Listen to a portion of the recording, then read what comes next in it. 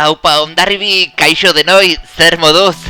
Beira, gaurkoan gonbidatu ezberdinak izango ditugu gure artean. Eta mentxe ditugu, lehenengo biak. Beraiek bide segurtasuna bermatzeaz arduratzen dira.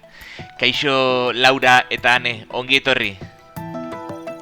Bai, Domi, pues, datuak oso gogorrak dira. 2024an, 7.627 trafiko istripu izan ziren Euskadin. Hau da, gutxi gora bera egunean, 21 istripu.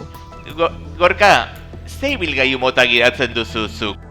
Ziklomotorra erabiltzen du.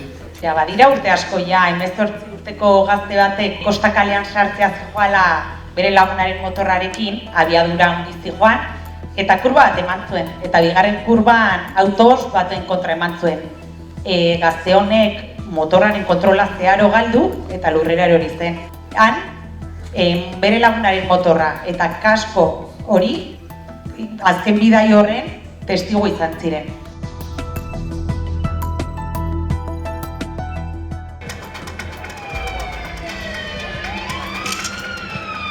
Gonbidatu dugu gure artera. Kaixo, Josu, egunon eta ongi etorri gure artera. Kontziente izan bigala, pixkat despiste edo gauza horrek errepikatzen bau denbora luzera istripu izateko probabilitatea handitzen dagola.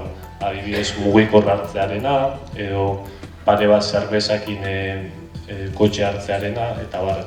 Beti izaten dut, gure kasuan esen drogarik egon, esen alkoholik egon, goizeko 9 ziren.